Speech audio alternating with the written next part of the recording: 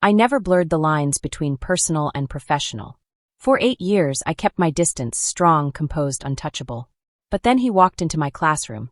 He wasn't just bold, he saw me. Not the professor. Not the rules. Me. I told myself he was too young, too eager, too risky. But the truth? He met me where no one else ever dared, emotionally, intellectually, even intimately. And the one thing I feared most? He proved me wrong. Please subscribe and support me. I was never the type to mix personal life with professional boundaries. I'd been teaching at the university for 8 years now, and I had seen it all: flirtatious smiles, accidental touches, lingering stares. None of it worked on me. I was strong, confident, and in control of myself. At 35, I knew who I was and what I needed. And what I needed wasn't in a college classroom. At least, that's what I thought before Calvin Thompson walked into my life. It started with something as innocent as an elective. He signed up for my psychology seminar, The Human Mind and Emotional Complexity. I didn't notice him much at first, just another tall, athletic guy who wore confidence like a jacket, striding in like he already knew everything. But then I called on him in a debate class. His answers weren't just sharp, they were challenging. Passionate. Like he wasn't afraid to disagree with me. That alone caught my attention. After class, he stayed back. "You're not like other professors," he said with a half smile. "You're too real." I raised an eyebrow. "And what does that mean?"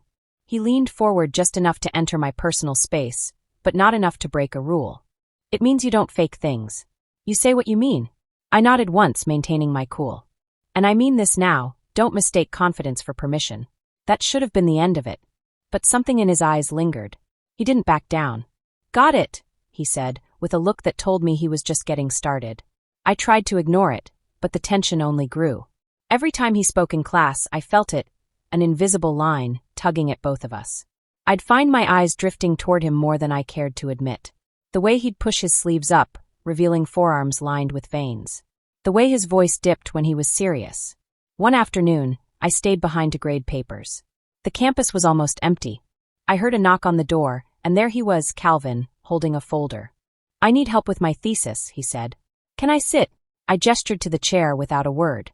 He sat too close. My heart kicked up a notch.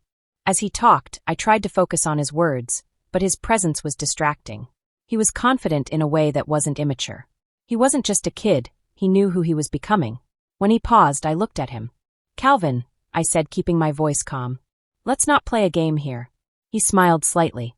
"Who says I'm playing?" I stood, collecting my things. "You're charming, but you're too young to understand what a woman like me needs. Try me." "I need someone strong," I said, stepping toward the door. "Someone who can handle me, my drive, my body, my mind." He stood too. "You think I can't? You're a student, Calvin." He came closer. "I'm also a man." There it was again, that intensity. That pull. I shook my head, but I was already falling. "My body," I said softly, "isn't something you could handle. It needs something bigger." I meant it metaphorically. Power. Maturity. Depth. But the way he looked at me after that, it was like I'd thrown down a challenge he had every intention of rising to meet. "Then let me prove you wrong," he whispered. I didn't respond. I just left. But that night I couldn't sleep. The following days were a blur. I avoided him in class, kept things professional. But he never backed off. He was persistent in his quiet way. He'd leave sticky notes on his essays. "Still think I can't handle you?" Define big, because I'm all in. "You're not scared of being wrong, are you?" It was bold, but never disrespectful. Until the night of the student-faculty banquet. I wasn't planning to go, but I showed up anyway, mostly to keep up appearances. I wore a sleek black dress that hugged every curve, confident it would be enough armor. It wasn't. Calvin was there, looking sharp in a navy suit that somehow made him look even more like a man than usual. When he saw me, he didn't stare. He smirked like he already knew the effect he had. Halfway through the event, he cornered me by the back staircase. "You look incredible," he said. "And you're pushing your luck." "I'm not playing anymore." I looked at him, really looked. The way his jaw tightened.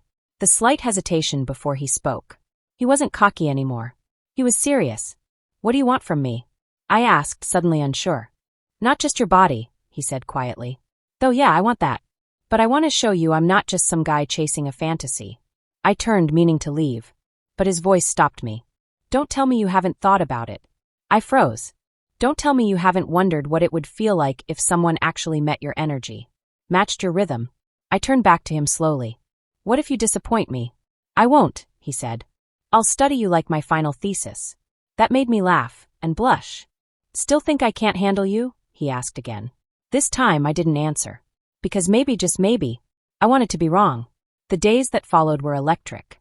We didn't cross any lines, not officially. But we talked. We spent long hours discussing life, fears, intimacy, not just physical but emotional. I saw layers in him I hadn't expected. And he saw the vulnerable parts of me I didn't show anyone.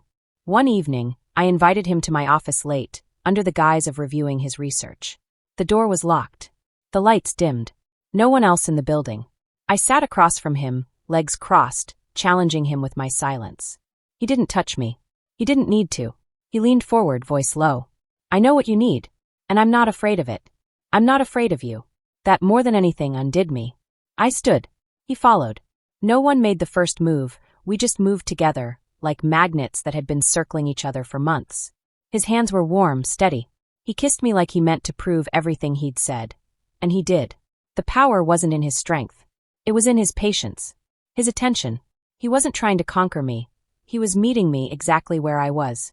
Later, breathless and shaken in the best way, I sat beside him on the old couch in my office. He looked at me, satisfied but not smug. So, I smiled, admitting it out loud for the first time.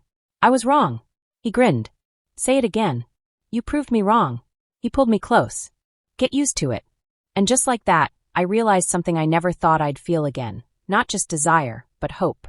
Maybe love wasn't about finding someone older, bigger, more powerful. Maybe it was about finding someone who saw all of you and didn't flinch. And maybe, just maybe, I was finally ready to let go and let myself be seen by someone who could absolutely handle me.